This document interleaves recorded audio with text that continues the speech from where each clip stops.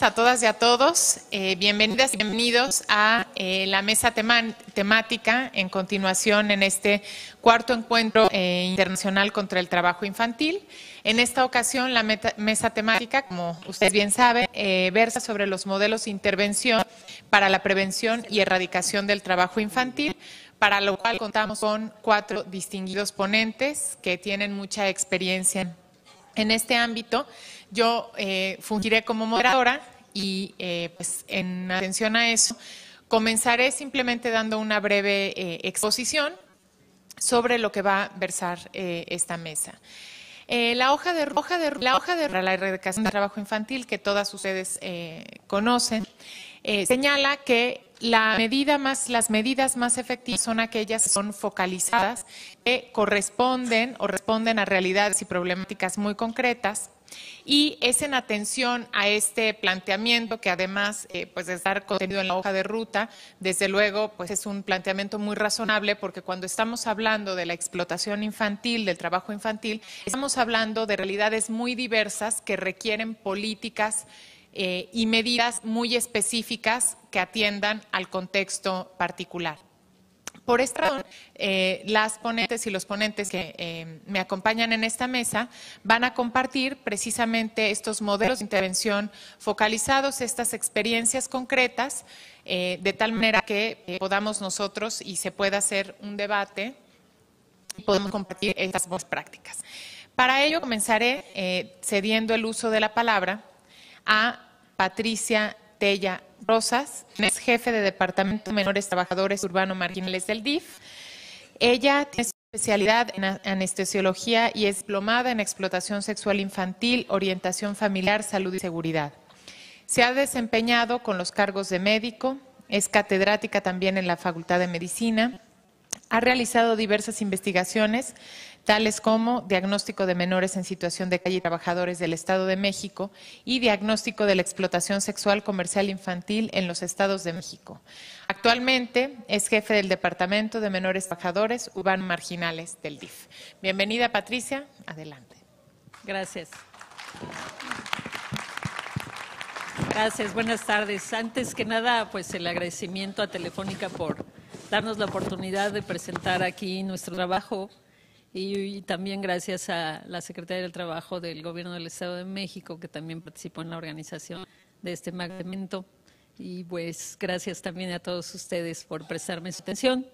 Yo les voy a presentar una problemática muy específica, siendo nuestro país realmente un rompecabezas en el que cada pieza es diferente. El Estado de México, por situación geográfica, por situación económica y de desarrollo, es realmente una región muy especial. Estamos rodeando a la gran ciudad del Distrito Federal y eso provoca mucha problemática, pero también muchas ventajas.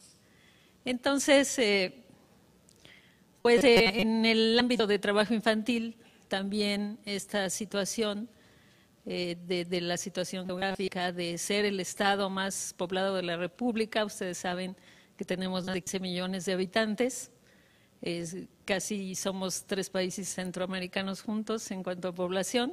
Entonces, realmente la problemática que tenemos en cuanto a trabajo infantil es muy importante. Creo que no quiere reaccionar. Ahí está. Bueno, toda la mañana hemos estado definiendo lo que es trabajo infantil y desde diferentes puntos de vista, pero creo que nos queda muy claro que en algunas situaciones ciertamente es un tipo de explotación y también es una violación de los derechos de nuestras niñas, niños y adolescentes. Gracias. Y como les platicaba yo, pues nuestro estado siendo el más poblado de la República y según nuestra encuesta nacional de ocupación y empleo 2009, justamente en el módulo de trabajo infantil, sabemos que a nivel nacional la población de 5 a 17 años de edad asciende a más de 28 millones, de los cuales 3 millones se consideran como población ocupada. Es decir, se reporta que la tasa de ocupación es del 10.7%. En el Estado de México contamos con 3.852.725 menores de 5 a 17 años de edad, con una tasa de ocupación del 9.52%. Del total nacional, de los cuales el 43.3%, o sea, 124.410 niños, no asiste a la escuela. Estos son datos de INEGI. En cuanto a lo que nosotros hacemos en el DIF Estado de México, es sobre una población muy específica. Nosotros estamos apostando por atender a esta población infantil que está haciendo diversas labores en los sitios públicos. Esto quiere decir que estamos atendiendo a los niños que trabajan en mercados, en los tianguis, en los supermercados, en las plazas públicas, en los basureros, en algunas ladrilleras que son familiares y que nos permiten trabajar con ellos. Y tenemos la fortaleza de haber realizado un diagnóstico justamente de la situación de estos niños trabajadores y en situación de calle.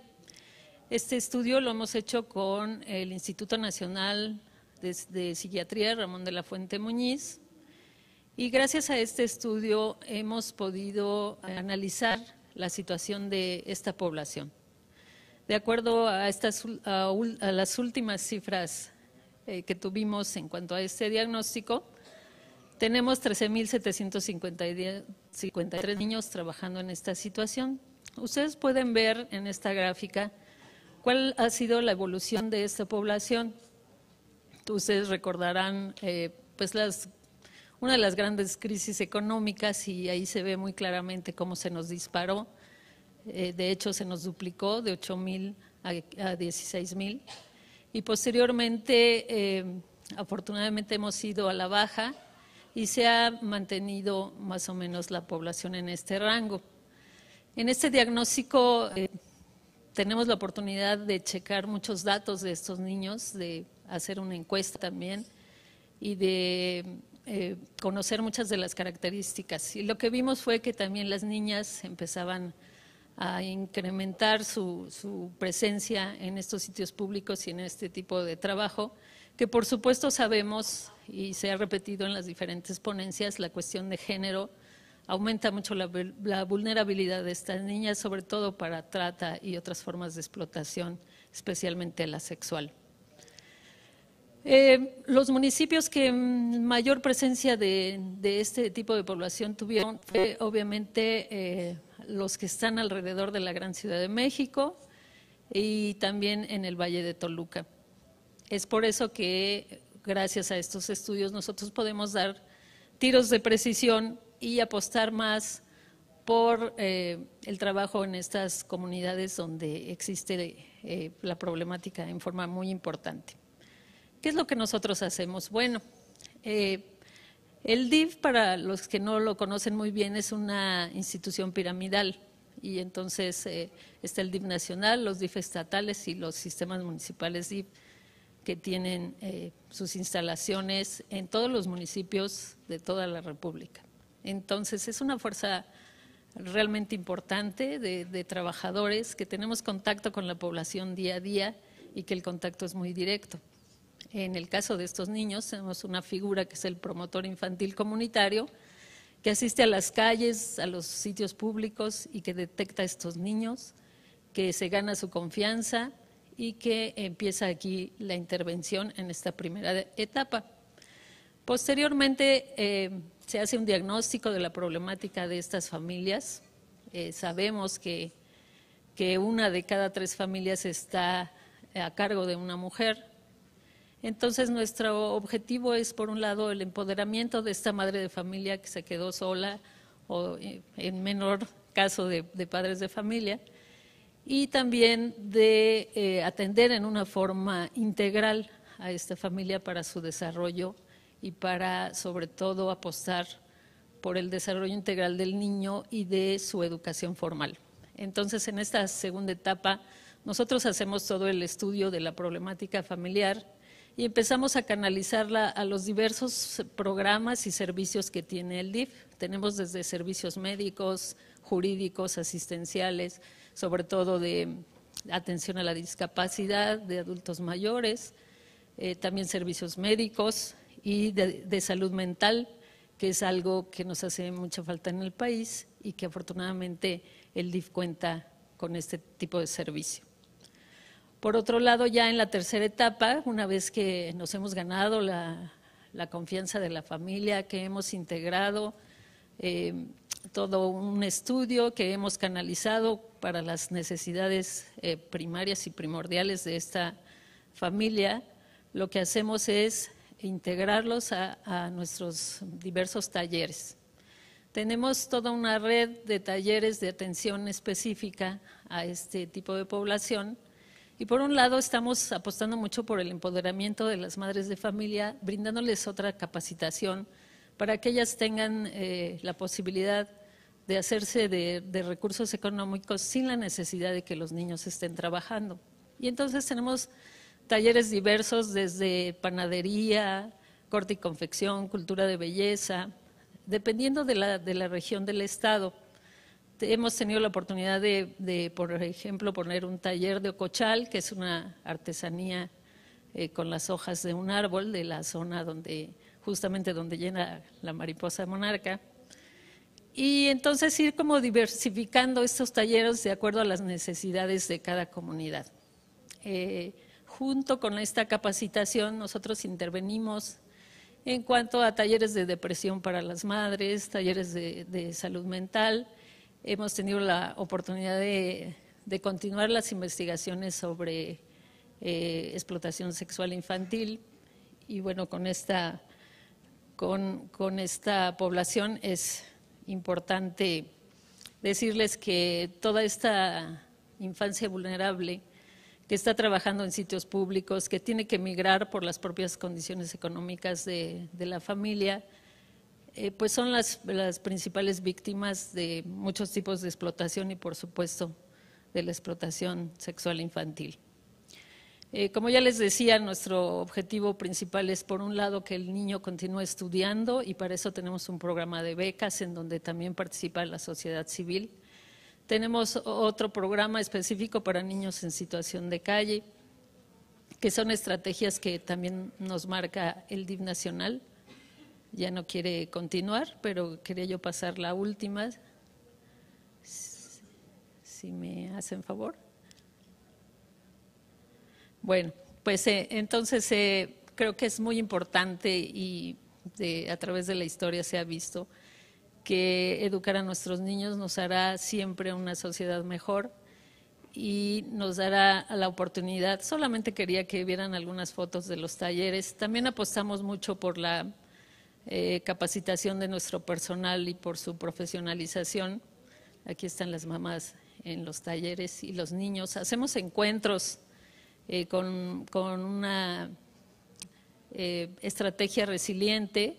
Tenemos la cooperación de la FES Iztacala de la UNAM y hacemos talleres y encuentros para saber la opinión de los niños también, siguiendo mucho a la Convención de los Derechos. Y pues creo que este es un programa y una estrategia, una forma de intervención que nos está dando resultado en un estado tan complicado como es el Estado de México. Muchas gracias.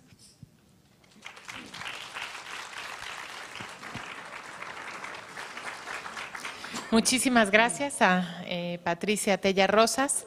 Corresponde ahora intervenir a Maximiliano Camiro Vázquez. Él es director jurídico de la Cámara Nacional de las Industrias Azucarera y Alcoholera. Él es abogado por la Escuela Libre de Derecho. Desde el año de 1985 participa como delegado patronal en la revisión de los contratos ley de la industria textil en sus diversas ramas y en el contrato ley de las industrias azucarera y alcoholera. Fungió como representante propietario del sector patronal en la Comisión Nacional de Salarios Mínimos durante el periodo de 1999 a 2003. Actualmente desempeña el cargo de director jurídico de la Cámara Nacional de las Industrias Azucarera y Alcoholera y coordina el Programa de Modernización Laboral de la Industria Azucarera y el Programa para la Prevención y Erradicación del Trabajo Infantil en la Agroindustria de la Caña de Azúcar. Bienvenido, adelante. Bien, buenas tardes a todas y a todos. Muchas gracias a la Fundación Telefónica, a la OIT, al Gobierno del Estado de México y a los demás patrocinadores por permitirnos venir a exponer nuestra experiencia en los programas que estamos llevando en la agroindustria de la caña de azúcar. Bien, en cuanto a los antecedentes, quisiera darles una semblanza rápida de lo que es la agroindustria de la caña de azúcar en México. México es el sexto productor mundial de azúcar y también el sexto consumidor. La agroindustria tiene presencia en 15 estados y 227 municipios y actualmente tenemos 55 ingenios operando. Ocupamos más de 750,000 hectáreas de cultivo y cosechamos alrededor de 55 millones de toneladas de caña que se procesan en un periodo más o menos de 6 meses. Este año nuestras proyecciones apuntan a que produciremos 6.3 millones de toneladas de azúcar, que viene a ser un nuevo récord de producción, y nuestra producción es el 8.6% de la producción nacional agropecuaria, silvícola y pesquera, representa el 2.1% del PIB manufacturero y el 0.35% del PIB nacional. Y los ingenios, lo más importante es que generan polos de desarrollo regional en las zonas rurales donde trabajan y son empresas con alto impacto social. En cuanto a la generación de empleos, la industria genera alrededor de 455,000 empleos directos entre trabajadores de los ingenios, es decir, las fábricas donde se procesa la caña y se produce azúcar, trabajadores jubilados, tenemos productores de caña, alrededor de 161,000 agricultores que son los propietarios o los poseedores de los terrenos donde se siembra caña. Tenemos 146,000 jornaleros agrícolas, alrededor de 70,000 cortadores de caña y 30,000 transportistas de caña que la llevan de los campos a las fábricas.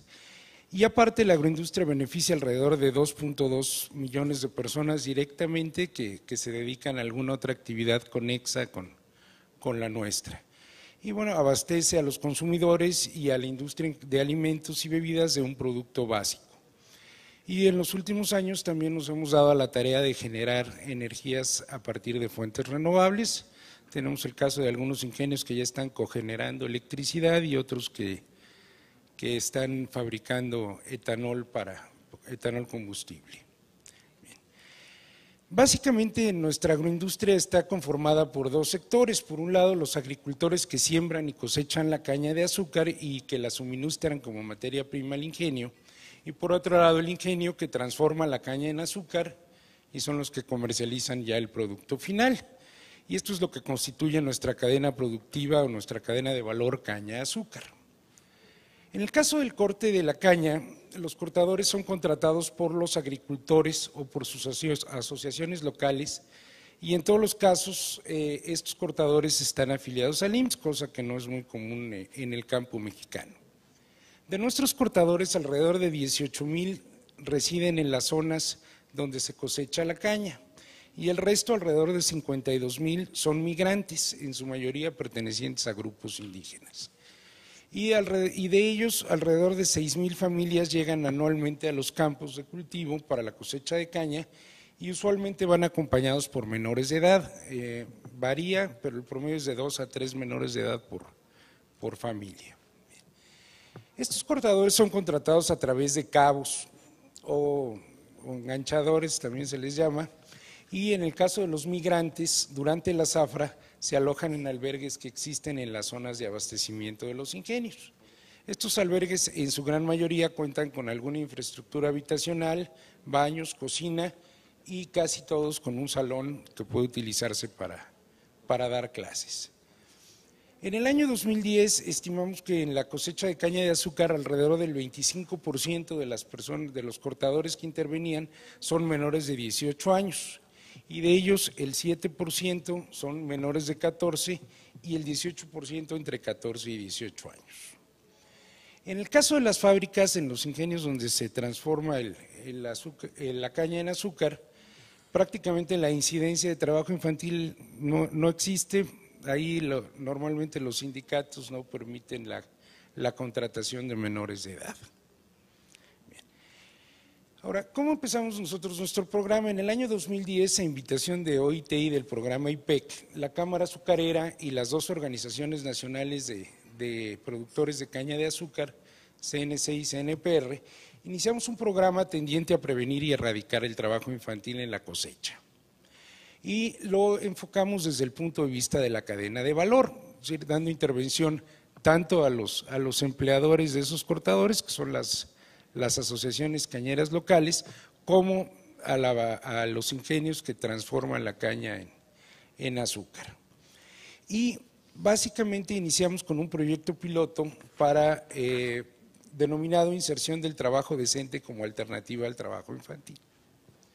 En este punto es importante destacar que detectamos desde un principio que la problemática a la que nos enfrentamos normalmente es de familias migrantes. Y la familia trata de completar su ingreso con el trabajo del mayor número de personas. Y básicamente nuestro enfoque fue a generar condiciones de trabajo decente como una forma de desalentar que los adultos llevaran a los menores de edad a la cosecha de la caña, buscando que aumentaran su productividad y buscando también que mejoraran sus ingresos. Ahora, para elaborar el programa partimos de dos tipos de premisas. Por un lado, las macro tendencias que existen en la industria alimentaria. En este caso, bueno, no solo se trata de mejorar la productividad y la calidad y la inocuidad de los productos y la sanidad alimentaria y asegurar la sostenibilidad ambiental de la industria, sino también a la exigencia del consumidor de que los productos alimenticios estén elaborados bajo estándares de trabajo decente. Esto lo hemos visto en muchas industrias. Por ejemplo, se ha dado mucho en la industria del cacao en África, se ha dado también en la industria del azúcar en otros países, y es una tendencia que hemos identificado y con la cual tenemos que trabajar. Y por otro lado, también partimos de la base de que el trabajo en la cosecha de caña es un trabajo peligroso y por lo tanto es una de las peores formas de trabajo infantil según se define en el convenio 185. Ahora, el programa se planteó como objetivo eliminar las peores formas de trabajo infantil en la cosecha de caña para 2016, de acuerdo con los objetivos del milenio y con la hoja de ruta, y también eliminar totalmente el trabajo infantil para 2020. Nuestra primera etapa fue una etapa de información y sensibilización y la identificación de la incidencia y de los factores que dan origen al trabajo infantil.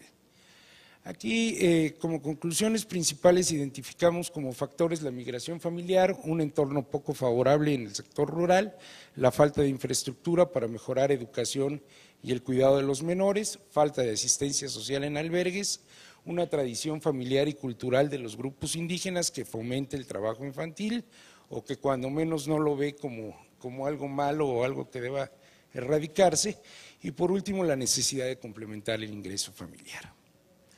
También dentro de esta etapa hicimos intercambios de conocimientos con algunos otros países y pudimos visitar algunas otras experiencias exitosas, sobre todo en el caso de El Salvador y algo en Colombia y en Bolivia.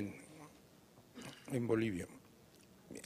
Y como resultado de esta primera etapa constituimos ya formalmente un equipo de trabajo a nivel nacional que está integrado por las dos organizaciones cañeras, la Cámara y con la asistencia técnica de OIT del programa IPEC. Y el objetivo fue generar un programa que consolide una agenda de diálogo social en el sector con objeto de cumplir con una serie de objetivos. Por un lado, intervenir frente al trabajo infantil, generando condiciones de bienestar y alternativas para los menores trabajadores. Por otro lado, fortalecer las competencias laborales y las condiciones de trabajo de los jornaleros agrícolas, como ya lo explicábamos antes, buscando integrar aspectos concretos de trabajo decente en sus condiciones de trabajo. Y tomamos una serie de determinaciones. Primero, elaborar un plan de trabajo que tuviera un enfoque a nivel nacional y fomentar la elaboración de programas a nivel local. ¿Por qué? Porque estamos finalmente en 15 estados de la República y hay ingenios que tienen condiciones muy diferentes a las de otros. Y ahí hubo la necesidad de buscar adaptar un programa de tipo general a las condiciones particulares de cada zona. Por otro lado, buscar incorporar al programa a los gobiernos federal y estatales en el ámbito de sus competencias y a otros stakeholders en la cadena de valor, como pueden ser los compradores o usuarios finales del azúcar y otras ONG. También integrar comités o equipo de trabajo a nivel local que nos permitieran conseguir los objetivos que estamos buscando y fortalecer las capacidades de gestión del sector. También llevamos a cabo sesiones de sensibilización e información con funcionarios y empleados de los ingenios, de las organizaciones cañeras, ¿sí? Y buscamos también fortalecer las capacidades de los cortadores adultos e incorporar a las tarifas de corte estímulos que permitieran premiar el incremento en la productividad y en la calidad. En cuanto a las acciones que hemos llevado a cabo, también destaca la implementación del Sistema Integral de Medición y Avance de la Productividad, el CIMAPRO, que es una metodología que promueve OIT y que nos ha permitido ir midiendo la productividad de los cortadores y también identificar áreas de oportunidad para incrementar la productividad y el ingreso. Y por otro lado, la generación de alternativas de cuidado, educación y bienestar para los niños. ¿Cuáles han sido los principales resultados que tenemos? Por un lado, la consolidación del progreso del proceso de diálogo social. Por otro, fortalecer la propuesta del proyecto piloto como un modelo integral que ya ha tenido resultados, cuando menos en 4 ingenios donde lo hemos implementado. Hemos logrado también extender la participación de ingenios, comenzamos con 4 y ahora ya tenemos 10 ingenios incorporados al programa. Hemos integrado una red de aprendizaje e intercambio de buenas prácticas que nos ha permitido intercambiar experiencias entre los ingenios. Se aprobó un estándar de competencia laboral para el cortador de caña, en este sentido de incorporar condiciones de trabajo decente. Editamos también una guía de autoformación y evaluación de competencias que va en paralelo al estándar de competencia. Hemos firmado un convenio de colaboración con el gobierno de Veracruz, que es el más importante, es el estado que más ingenios tiene 22 ingenios de los 55 que operan, y hemos logrado también la sostenibilidad de 3 de los 4 programas piloto, que prácticamente ya están financiados con fondos de las propias organizaciones cañeras y del ingenio, y desde luego con la colaboración de gobiernos locales y de otras ONG, y esto nos ha permitido también preparar la réplica de acciones y la creación y mejoramiento de políticas públicas. Por último, también hemos ya logrado la capacitación de 450 jornaleros entre el ciclo agrícola anterior y este ciclo, con base en la guía de autoformación. Hemos también capacitado inspectores de campo, a coordinadores de zonas agrícolas en los ingenios y a las propias organizaciones cañeras. Hemos logrado implantar el CIMAPRO en 3 zonas de abasto, lo que nos permite estar midiendo indicadores de productividad y mejorar la capacitación en esas zonas. Y por otro lado, estamos elaborando un plan de trabajo para el periodo 2013-2018, que ya prácticamente está en la etapa de revisión final. Y la parte interesante es que hemos ya ejecutado 2 programas de prevención y erradicación que tienen cuando menos 2 años en 2 ingenios, uno en Veracruz, en el Ingenio La Gloria, y otro en la zona de Michoacán, en el Ingenio Santa Clara, donde hemos tenido copatrocinio de IPEC y de los propios actores. En el caso de Ingenio Santa Clara, los logros principales pues, fue elaborar una línea de base, hacer una labor importante de sensibilización entre los padres y los propios menores y desarrollar alternativas de educación. Y en el caso del Ingenio La Gloria,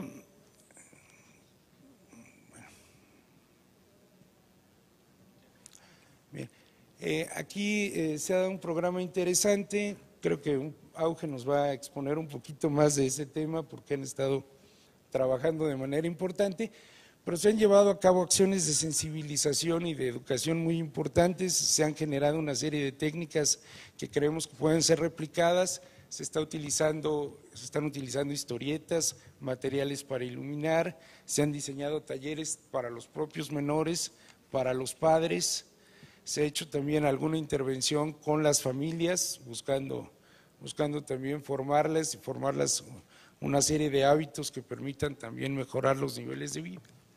Y bueno, pues básicamente son los resultados que tenemos. Gracias. Pues muchísimas gracias. Corresponde ahora el turno a Cintly León Marván, quien es coordinadora de calidad de Save the Children. Ella es actuaria, egresada de la Universidad Nacional Autónoma de México. Ha participado en proyectos sobre violencia social, criminalidad, análisis social y económico en salud. Desde el año 2006 trabaja en Save the Children México y actualmente se desempeña como coordinadora de programas, desde donde se propone y ejecuta la estrategia operativa de la institución a nivel nacional, se impulsan modelos regionales de atención y se supervisa la ejecución de los programas y los procesos de sistematización. Bienvenida, Cintly. Adelante. A través, bueno, que hemos trabajado juntos ya por 7 años, a través del programa ProNiño. Nosotros en Save the Children manejamos 2 modelos de atención, de intervención en torno al tema de niñez y trabajo. Uno que está enfocado a los niños y niñas de familias de trabajadores agrícolas migrantes, los jornaleros, como les hemos llamado a lo largo de todo el día. Y el otro modelo, que es el que les vengo a compartir, es el modelo a niños y niñas trabajadores que se encuentran escolarizados. Bueno, me gustaría brevemente hacer un poco un recuento sobre las causas estructurales y coyunturales de las que hemos hablado ya también en la mañana. La pobreza y la marginación son determinantes en la decisión de un niño o de una niña o de sus padres para optar por el trabajo infantil. Hay otro aspecto que es la migración por razones económicas, que también pone en riesgo a los niños y a sus familias del trabajo infantil. Tenemos también aspectos de competitividad económica, ¿no? que hace que se sustituya a veces la mano de obra de los adultos por la mano de obra infantil, por abaratar los costos o por características ergonómicas de los niños. Otro aspecto que también determina el trabajo infantil son las emergencias, y las emergencias por fenómenos naturales y por conflictos sociales, ¿no? Cuando una familia se ve obligada a abandonar su hogar o pierde su hogar, pues también a veces echa mano del trabajo infantil como una herramienta para la recuperación. Por otro lado, pues tenemos que la calidad educativa y los métodos de enseñanza en ocasiones desincentivan el interés por la escuela, ¿no? y hacen que los niños y sus familias pues alejen de su proyecto de vida la formación académica. Creemos que para llegar a una caracterización adecuada del trabajo infantil es necesario tomar en cuenta, bueno, por supuesto esos factores, pero también la edad, el género, la situación económica, la estructura del hogar, el nivel de escolaridad de los padres, la tasa de desempleo adulto. Y pues para entender el fenómeno del trabajo infantil, también es necesario considerar la participación efectiva de niños y niñas trabajadores. Es importante saber ellos qué piensan, cuáles son sus ideas, por qué trabajan, para qué trabajan. Es necesario que ellos no solo expresen sus ideas, sino que en todas las decisiones que se toman a la hora de diseñar programas, a la hora de diseñar proyectos, pues se consideren, ¿no? Que tengan voz, pero también voto en las decisiones que se toman alrededor de esta problemática. También pues es necesario que conozcamos las realidades locales, en la medida de lo posible, incluso las realidades familiares. De eso tenemos oportunidad nosotros como una asociación civil. Y bueno, también hay que conocer las alternativas que se disponen a nivel pues familiar, escolar, comunitario, ¿no? pensamos que si queremos ser estratégicos para combatir el fenómeno del trabajo infantil, pues hay que partir de la satisfacción de las necesidades básicas de los niños y de las niñas en un sistema integral de protección en el que participen pues desde los niveles más altos de gobierno, ¿no? La propia sociedad civil, las familias, los maestros, todos en acciones coordinadas. Y pues para optimizar estas acciones, pues es necesario que participe el gobierno, la sociedad civil y las empresas. Si a partir de las acciones que se generen del gobierno hay una observación, una participación activa de la sociedad civil y también una participación activa de los sectores económicos, pues se van a generar, vamos a atacar el problema pues por todos lados, cada quien haciendo lo que le corresponde hacer, ¿no?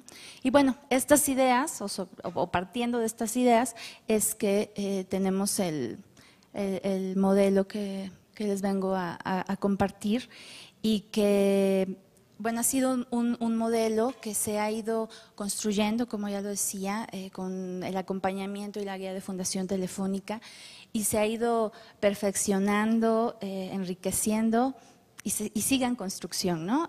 Llevamos más o menos 7 años y todavía tenemos ideas para mejorarlo.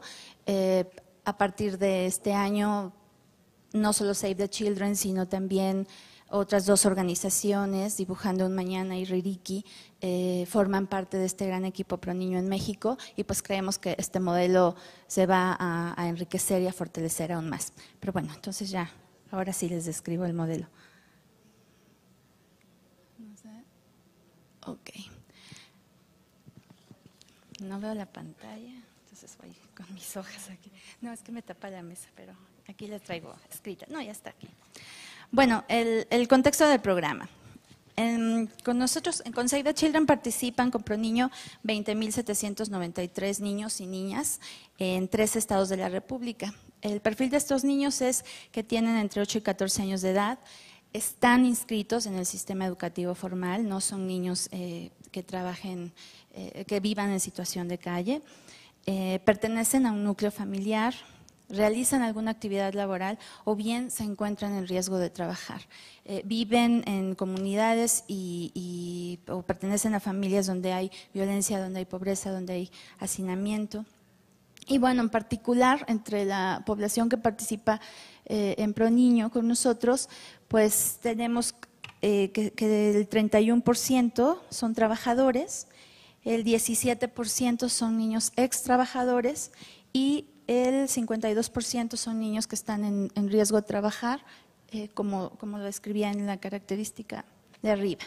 Entre los niños y niñas trabajadores, 9.1% están con sobreedad, son 42% niñas y 58% niños, 43% de ellos trabajan más de 35 horas a la semana, 46% de ellos no perciben una remuneración, 33 de ellos trabajan en comercio ambulante, 15 de ellos en negocios familiares y 17% de ellos en trabajo doméstico, 6% en trabajo para terceros, la gran mayoría son niñas.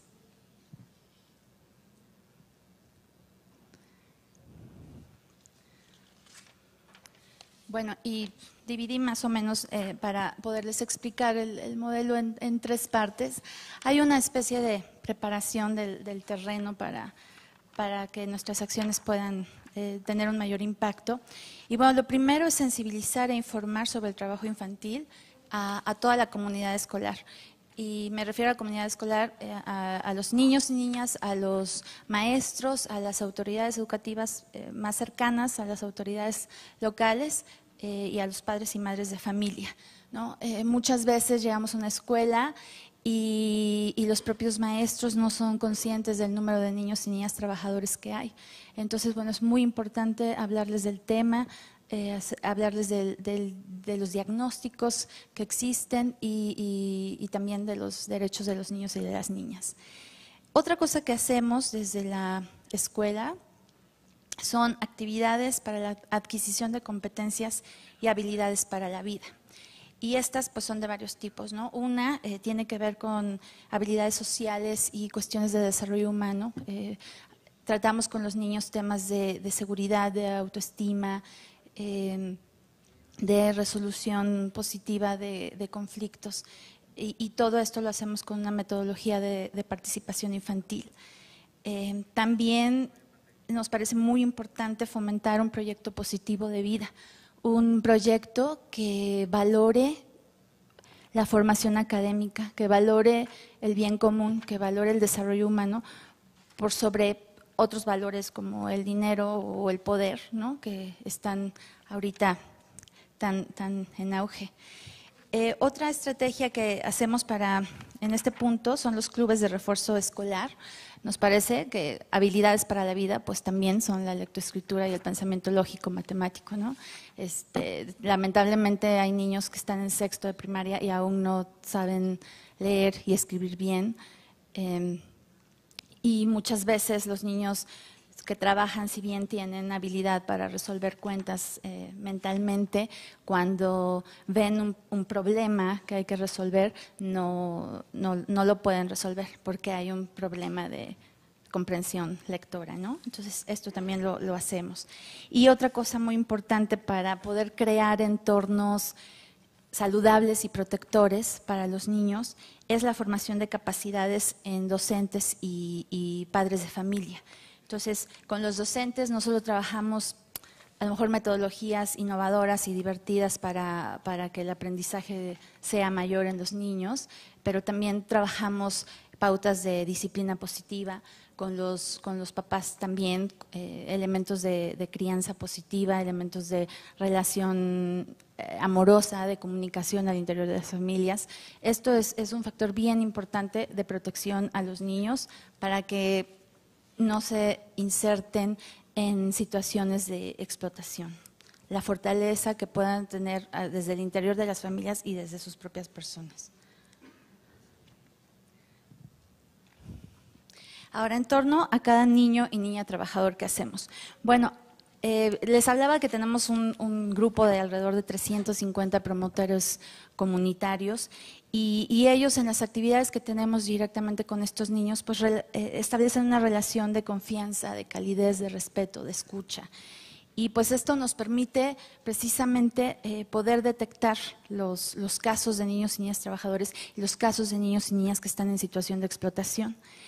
Una vez que detectamos el caso, hacemos un análisis de él.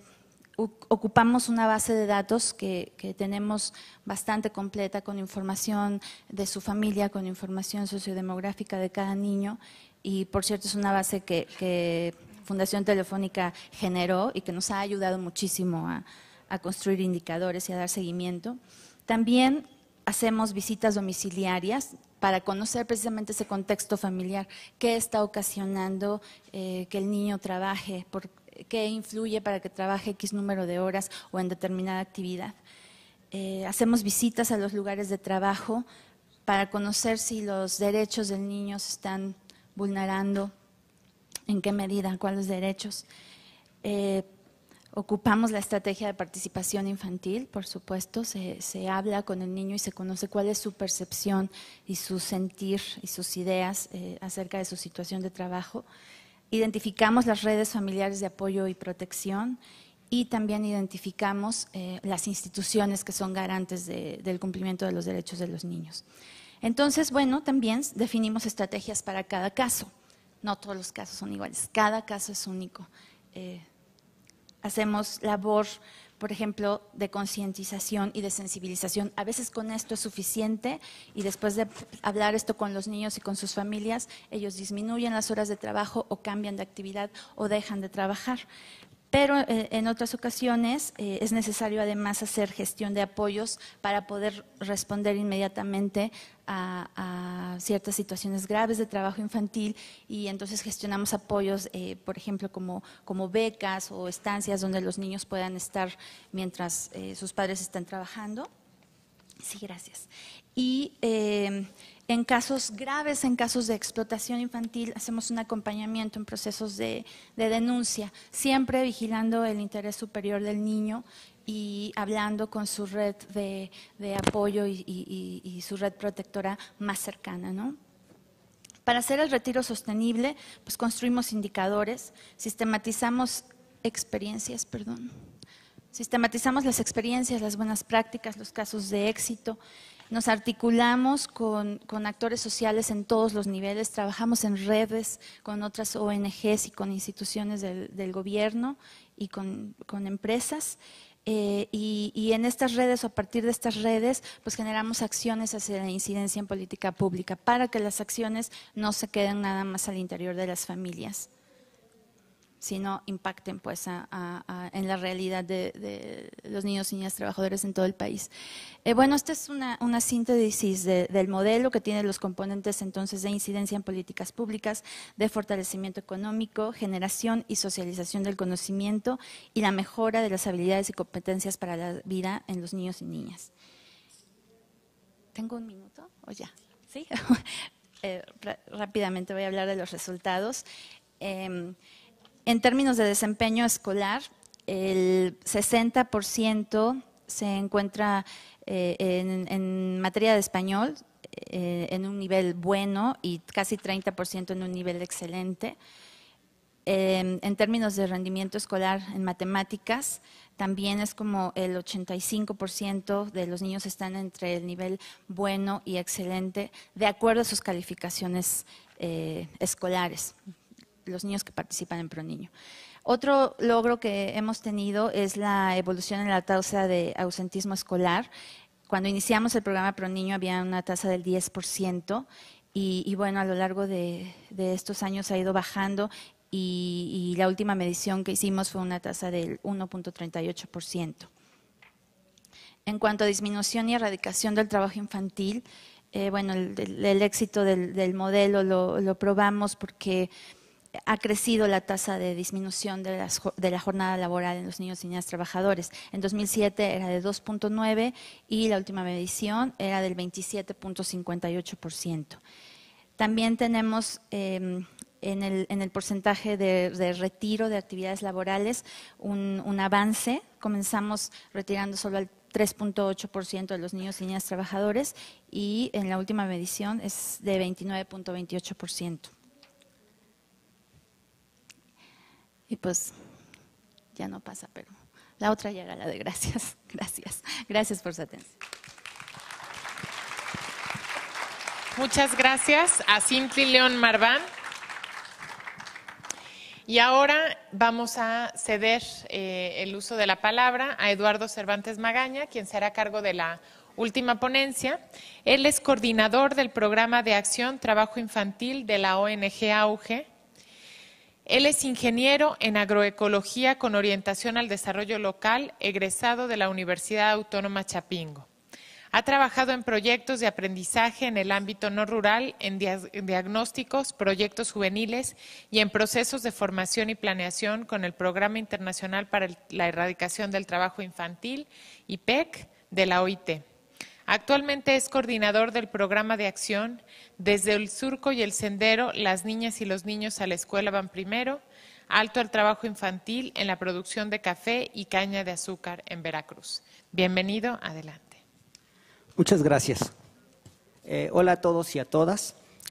Lo que voy a presentar a continuación es un resumen de un programa de acción que tiene como propósito prevenir y erradicar el trabajo infantil de dos productos bien importantes y con los que nosotros tenemos que ver día con día.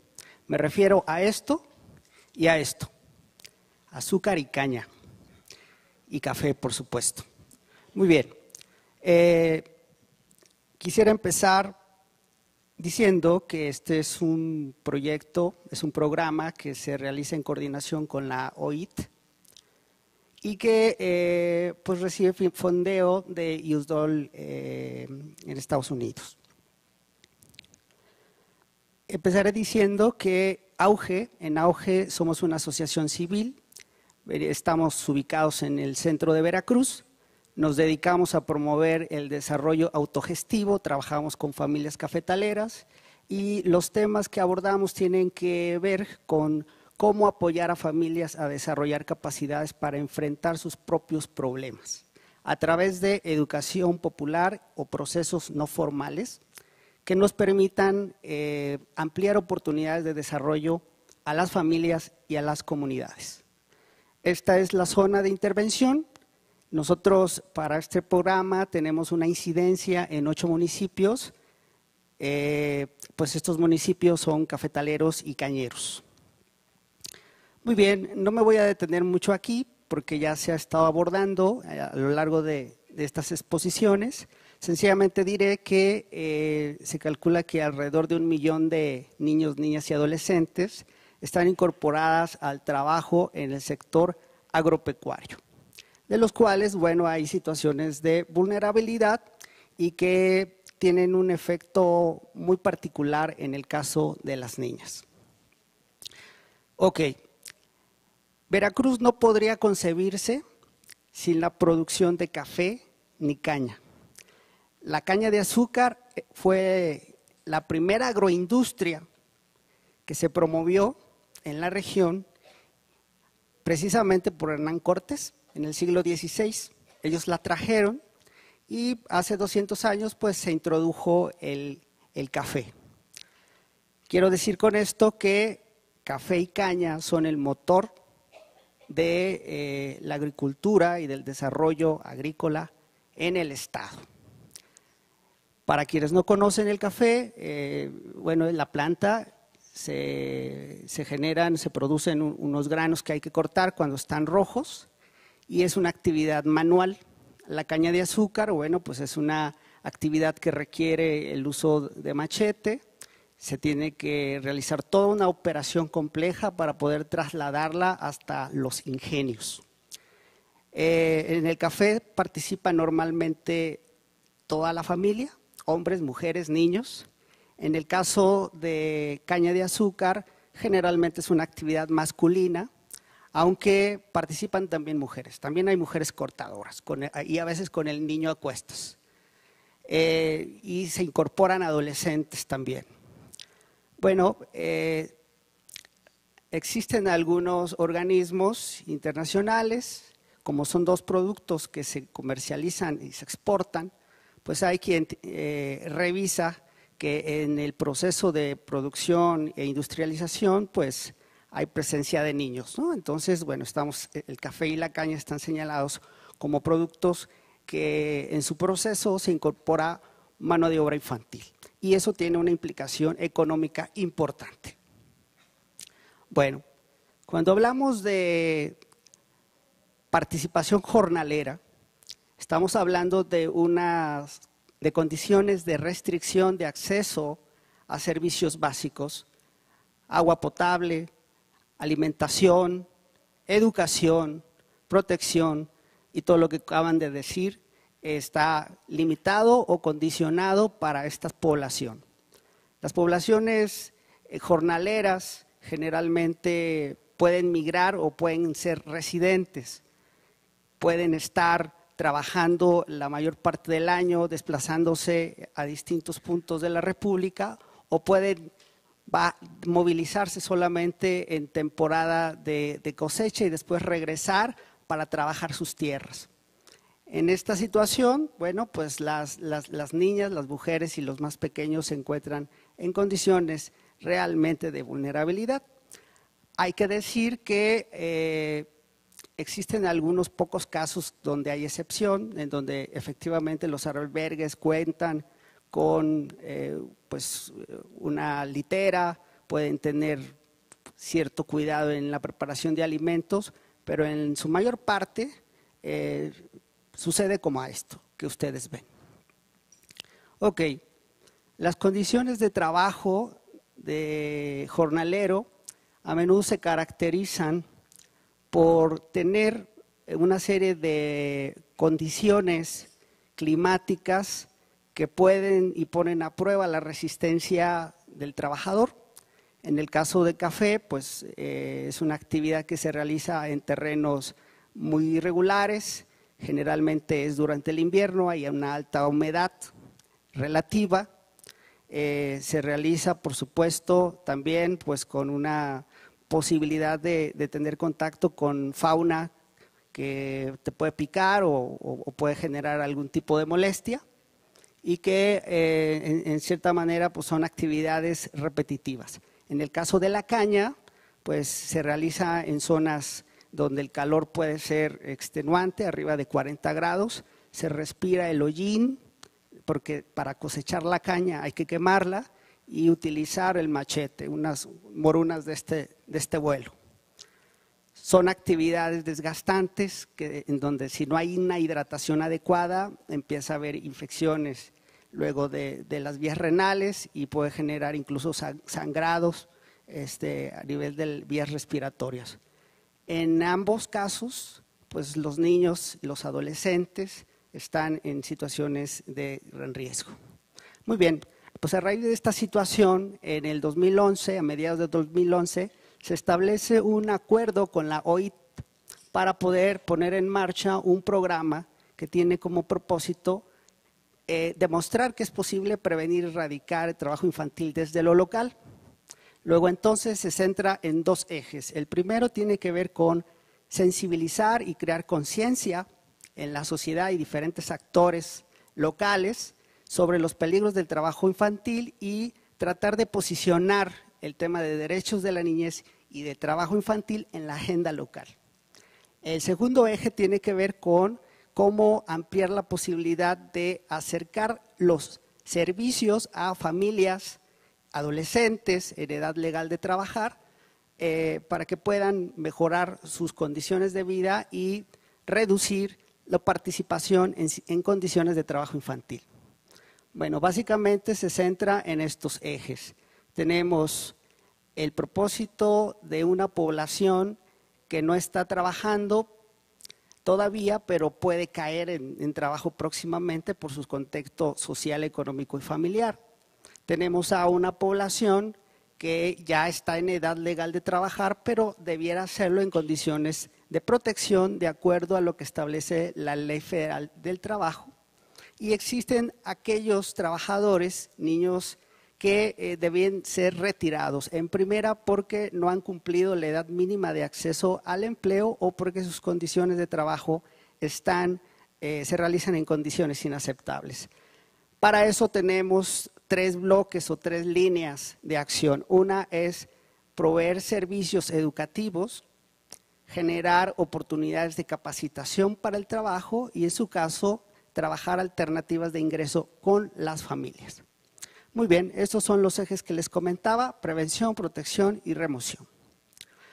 En términos generales, este es el sistema que utilizamos. Es un sistema sofisticado que IPEC tiene, más o menos como estandarizado, y que no me voy a detener mucho, pero les voy a decir en términos generales que consiste. Primero, tú vas al campo y detectas a niños, niñas y adolescentes que están en situación de trabajo infantil. Los registras a través de una cédula o una ficha de perfil. A partir de su situación, tú estableces una categoría en prevención, protección o retiro y en todo caso estableces un plan de acción. Hagan de cuenta que es como después del diagnóstico viene el tratamiento y después del tratamiento viene el suministro o la terapia, ¿no?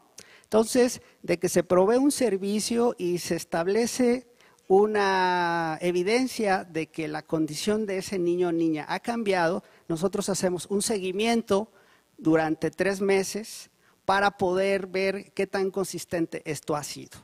Si se ha podido mantener en el tiempo, entonces nosotros tenemos posibilidades de reportarlo a OIT como un caso de éxito.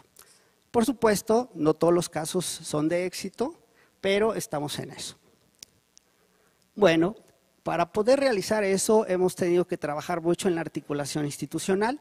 No todo lo puede hacer AUGE y tampoco tiene por qué hacerlo, no somos el Estado. En este sentido, hemos establecido vínculos con los DIF municipales, con las secretarías del trabajo, con el sector empresarial, con algunas instituciones de educación,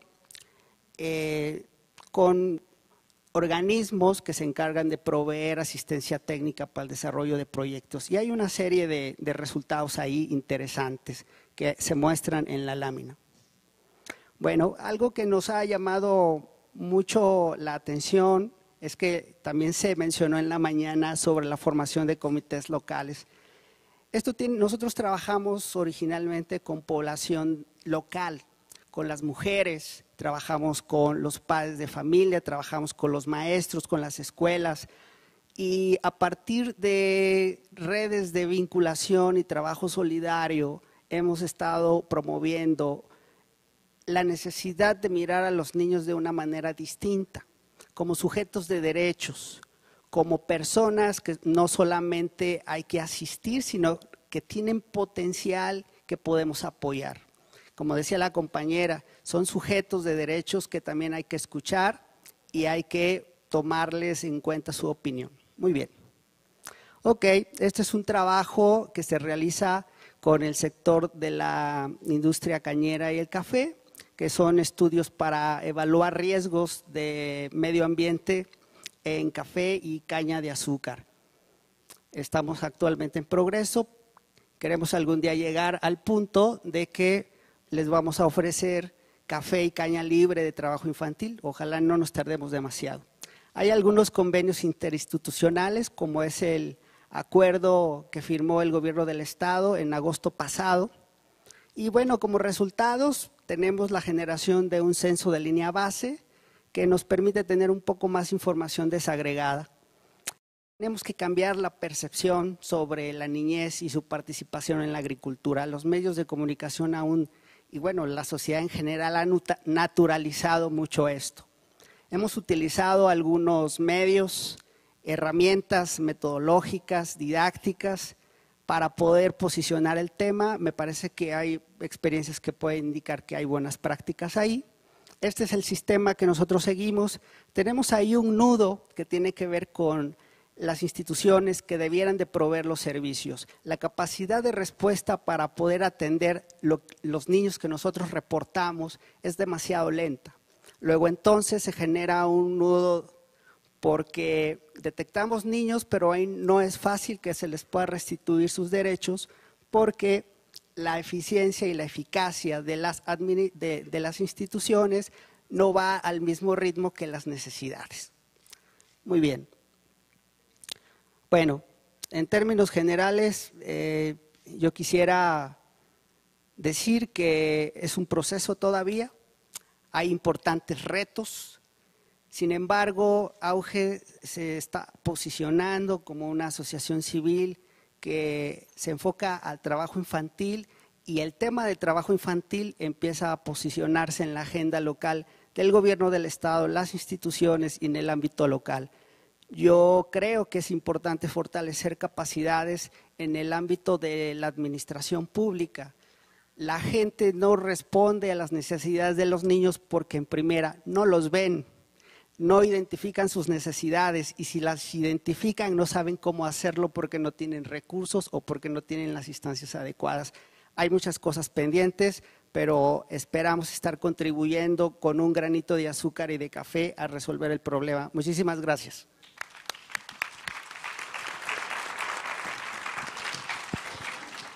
Pues muchísimas gracias a Eduardo Cervantes Magaña. Como tenemos que terminar a las 4:30, vamos a dar ahora un espacio para la intervención de los asistentes que así quieran hacerlo. Les suplicamos solamente ser muy breves, ser muy concisos, lanzar la pregunta, porque pues el tiempo es poco y me parece que hay que dar lugar al máximo de las participaciones posibles.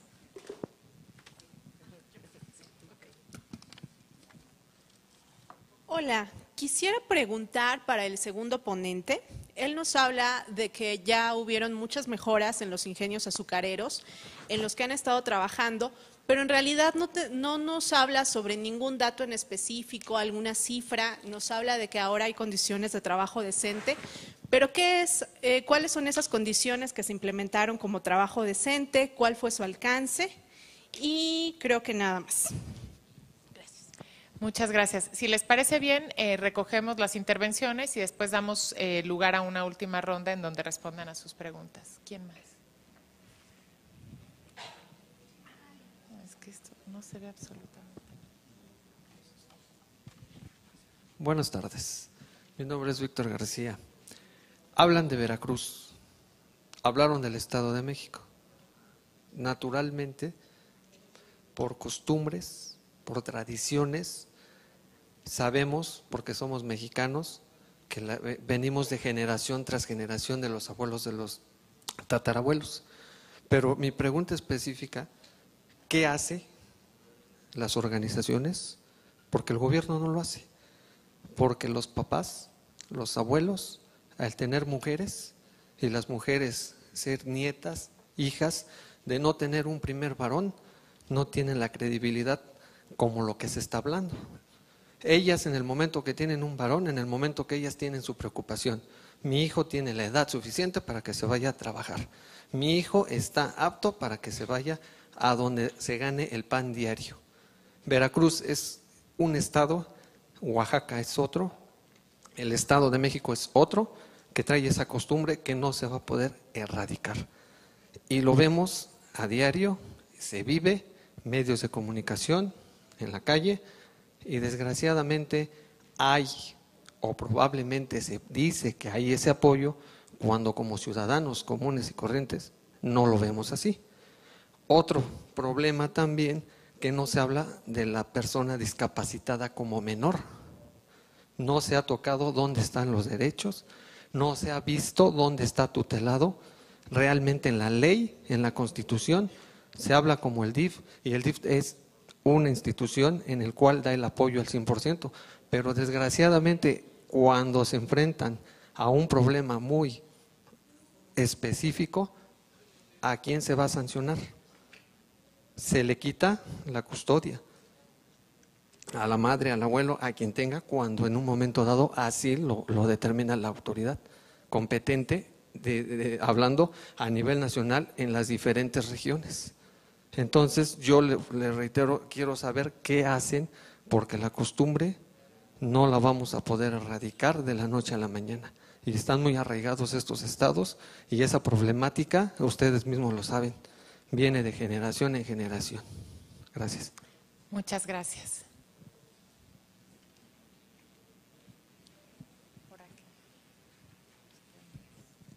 Buenas tardes. Mi pregunta es para Cintley.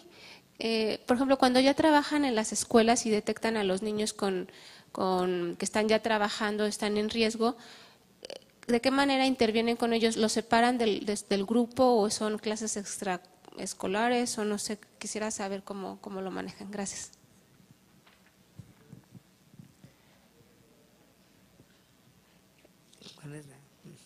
Hola, buenas tardes.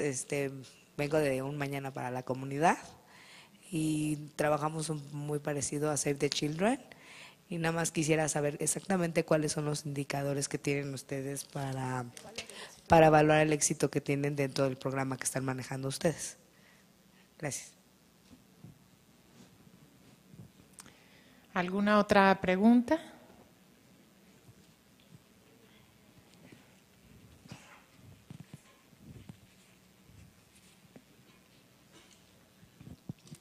Sí, buenas tardes. Nada más mi pregunta es, ¿por qué no se invitó a alguien de la Secretaría de Economía?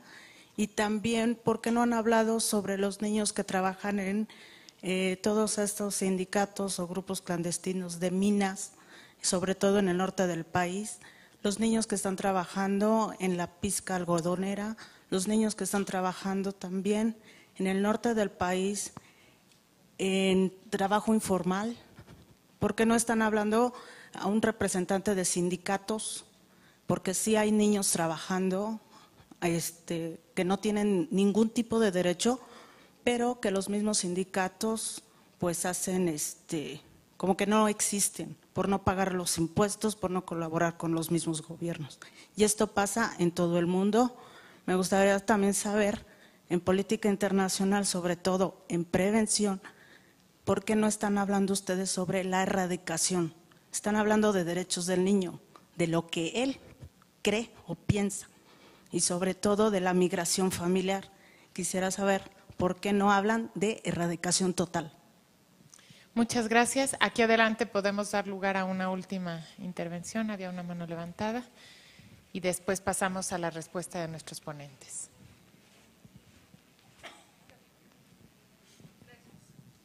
Bueno, buenas tardes.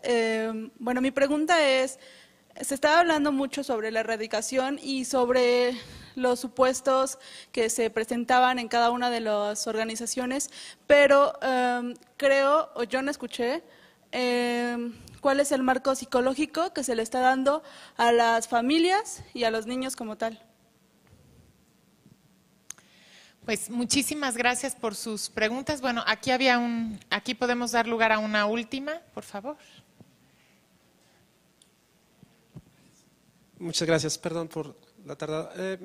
Escuchando un poco las preguntas y las intervenciones, encuentro que hay ciertas experiencias de acción directa con los niños y ciertas experiencias que abordan la problemática desde una perspectiva más económica o más laboral. Yo preguntaría a quien quisiera responder, parecería que ninguna de las dos erradicaría el problema. O sea, solo trabajar con los niños una vez que están dentro de la organización o una vez que se detectan, o solo trabajarlo desde una perspectiva económica. Digamos, en opinión de los ponentes, ¿cuál debería ser el paso para la erradicación completa del trabajo infantil, al menos en una región? Bueno, pues agradecemos muchísimo sus preguntas y les pido a los ponentes, en el mismo orden en el que intervinieron, si pueden dar una respuesta a las preguntas, les suplicamos, tienen que ser 3-4 minutos porque tenemos que terminar a las 4:30. Ok, bueno, en cuanto a la erradicación, por supuesto es un fenómeno social con muchos factores, también tenemos que ver que intervenir todos los miembros de la sociedad. Y en cuanto al DIF, llevamos dos vertientes, la vertiente preventiva y la vertiente ya de atención. La vertiente preventiva la llevamos específicamente en las zonas que están expulsando a los niños. A través del diagnóstico que les platiqué, pudimos identificar dónde se estaban expulsando a los niños y dónde están las zonas receptoras donde ya están trabajando los niños. Entonces, la vertiente preventiva la hacemos en las escuelas de esas zonas expulsoras, le damos perspectiva de género y, por supuesto, una perspectiva de derechos también. Tratamos de propiciar que las niñas sean becadas, sobre todo las que están en peores condiciones económicas, y también intervenimos en cuanto a la prevención de delitos, sobre todo de tipo sexuales, de delitos de explotación sexual. Para esto tenemos todo un programa de capacitación para maestros y padres de familia, pero sí quiero decirles que sí se ve la perspectiva de género y que para la erradicación tenemos que participar todos como sociedad. Nosotros estamos trabajando también con organizaciones no gubernamentales, pero es muy importante también aquí la participación de la sociedad y también de la denuncia. Hay muchos delitos, sobre todo en estos niños que son fácilmente explotados, que no podemos intervenir porque no hay denuncia de por medio. Muchísimas gracias. Maximiliano Camilo Vázquez, por favor.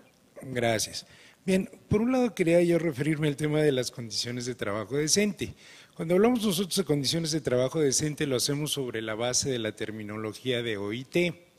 Entonces, las condiciones de trabajo decente por un lado implican lo que es el reconocimiento de la dignidad de la persona o del trabajador.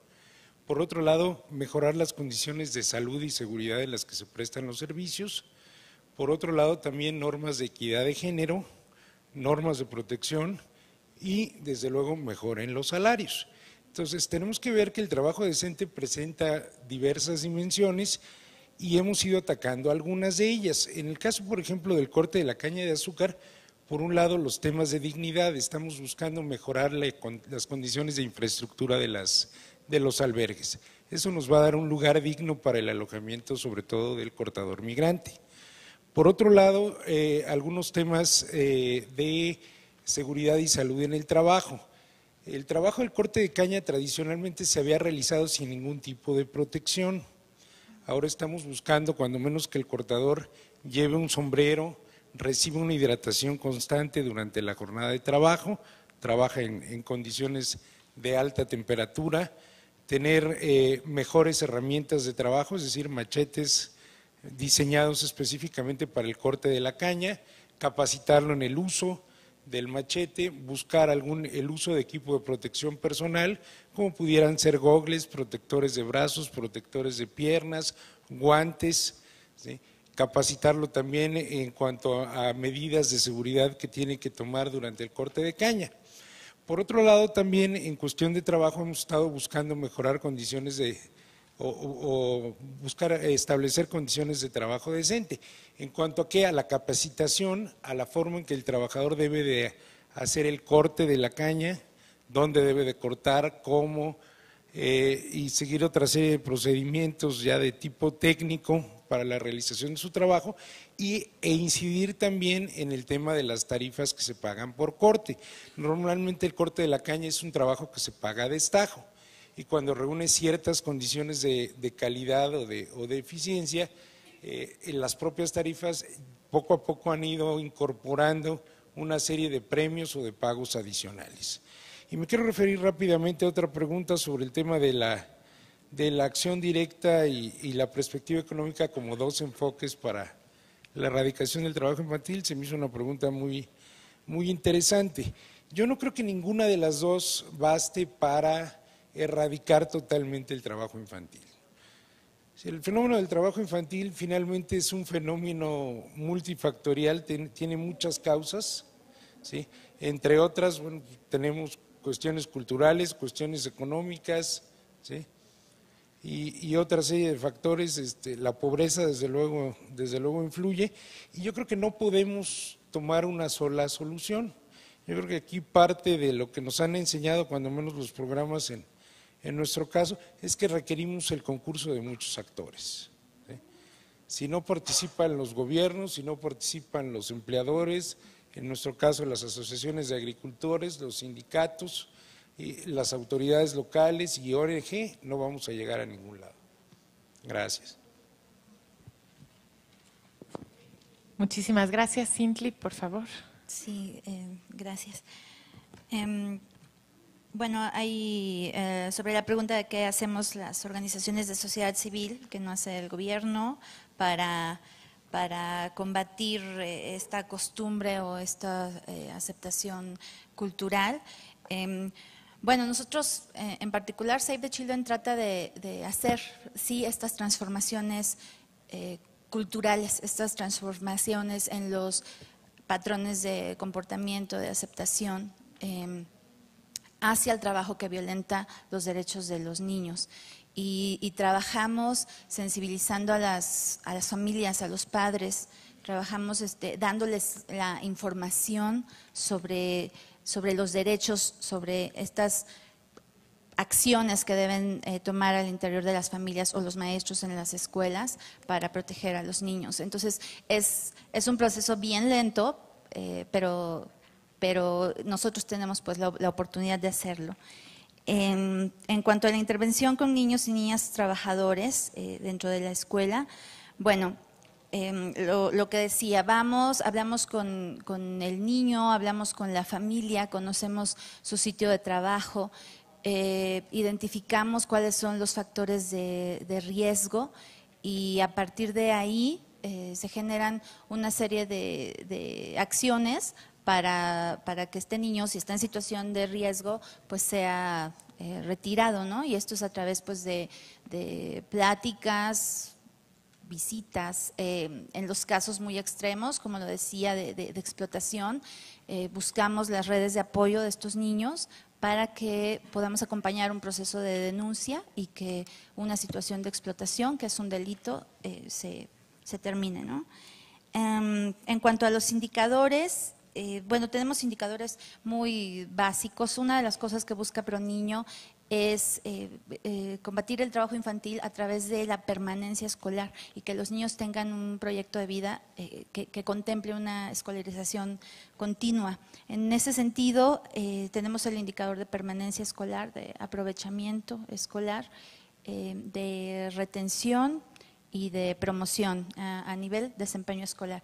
Y los otros dos grandes indicadores, pues es el número de horas que los niños y niñas trabajadores disminuyen en cuanto a su jornada laboral y la tasa de retiro, o sea, sobre los niños trabajadores que existían en un principio, después de un periodo de tiempo y de ciertas acciones, ya cómo cambia este porcentaje de niños y niñas trabajadores.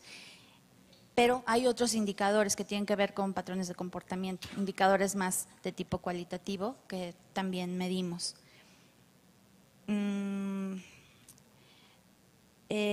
Trabajamos en cuanto al marco psicológico, pues a los niños que están siendo víctimas de explotación, además de hacer todo porque se retiren de estas actividades, pues hay también acciones de apoyo psicoemocional. Nosotros, entre nuestro personal, son pedagogos, son sociólogos, psicólogos, pero cuando se trata de casos muy graves que requieren una atención muy precisa, canalizamos a otras instituciones especializadas en esto para que den este tipo de apoyo y seguimiento más puntual, ¿no? Y en cuanto a los niños y niñas organizados, bueno, lo que nos toca a las ONGs es precisamente llevar la voz de estos niños y niñas trabajadores que están organizados, que están defendiendo el hecho de, si trabajan, que lo hagan sin que sus derechos les sean violentados. Pues a nosotros nos toca llevar la voz de estas organizaciones hacia los tomadores de decisiones o provocar pues que estos mismos niños participen. Y bueno, creo que la otra parte de que si solo se trabajaba con ellos o directamente o desde una perspectiva económica, pues no, el chiste es ver las acciones completamente coordinadas y desde todos los niveles, ¿no? Nosotros como ONGs podemos intervenir directamente con los niños y niñas y sus familias o con las escuelas, pero también tenemos la capacidad de aliarnos con las empresas y de influenciar al gobierno para, como decía, tener acciones coordinadas y todas pues encaminadas a erradicar el trabajo infantil que violenta los derechos de los niños. Muchísimas gracias, Cintly. Eduardo, si nos puedes dar tus reacciones. Sí, bueno, se habló de que el trabajo infantil tiene un fuerte componente cultural, sin lugar a dudas. Tenemos el propio funcionamiento de la unidad familiar y su propio esquema de organización. Los niños tienen un papel importante. Sin embargo, no en todos los lugares es igual. Conocemos casos en donde aún personas sin estudio, pero muy conscientes, logran entender la importancia de por qué apoyar el desarrollo de sus hijos y sus hijas para que el día de mañana sean ciudadanos y personas con mejores posibilidades. ¿Qué quiero decir? El hecho de que sea tradición no significa que sea correcto.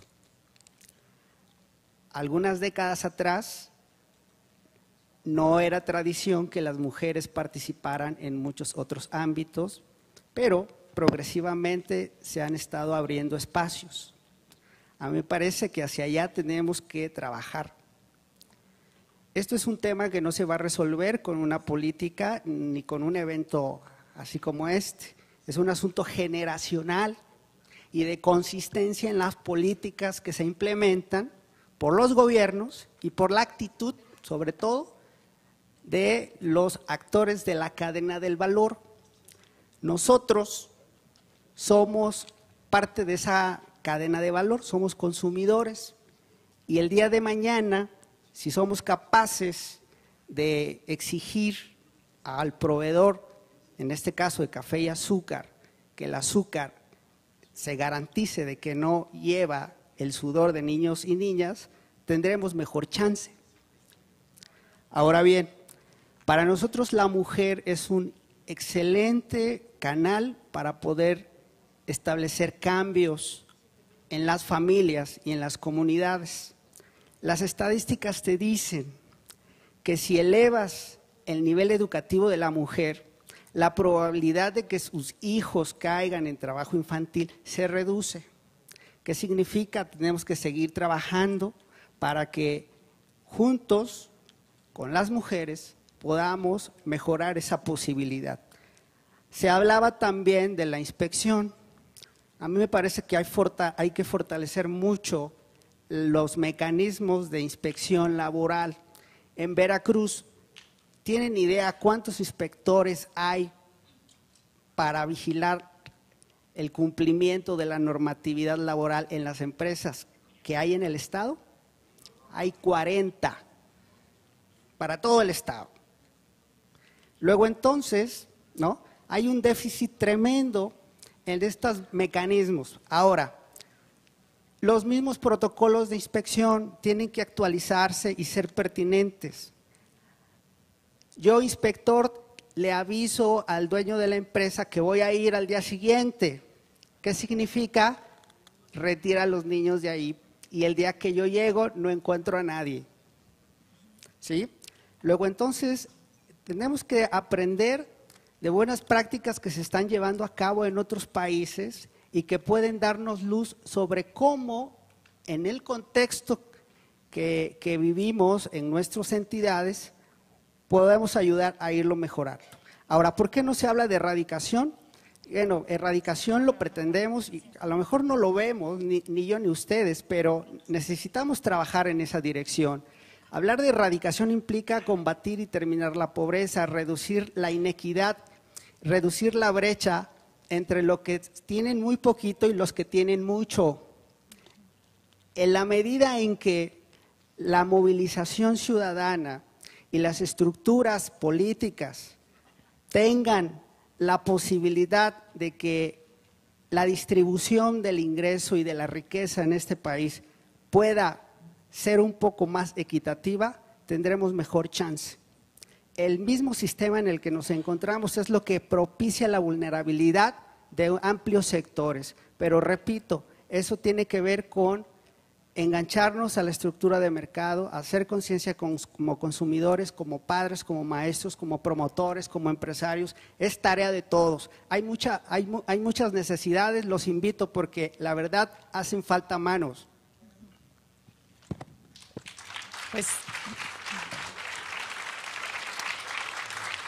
Pues muchísimas gracias a las y los panelistas. Me voy a permitir en un minuto que nos queda hacer una breve síntesis de lo que me parece que son los puntos en común de las 4 exposiciones. En primer lugar, la necesidad de tener una visión integral de lo que es el tema del trabajo infantil. Por otro lado, también tener un diagnóstico que involucre también y que implique el contexto con el cual haya un conocimiento directo. Se resaltó también como punto común el trato y el trabajo con padres y madres y la generación de habilidades, tanto en niñas y niños como en los padres y madres. Se resaltó también, me parece que en los 4, la importancia de la educación, la importancia de trabajar con las niñas y los niños con un lenguaje adecuado, con instrumentos adecuados. También me parece que se tienen en común estas 4 ponencias, que estamos hablando de un proceso que se ha iniciado, pero que todavía se encuentra inacabado, y de ahí deriva la importancia de la sostenibilidad y de la sistematización de las experiencias. Y finalmente, también me parece que las 4 exposiciones resaltaron algunos factores de riesgo para el trabajo infantil, a los cuales tenemos que estar muy atentos, que son la migración, la pobreza, las crisis, las emergencias y la precariedad en el empleo adulto.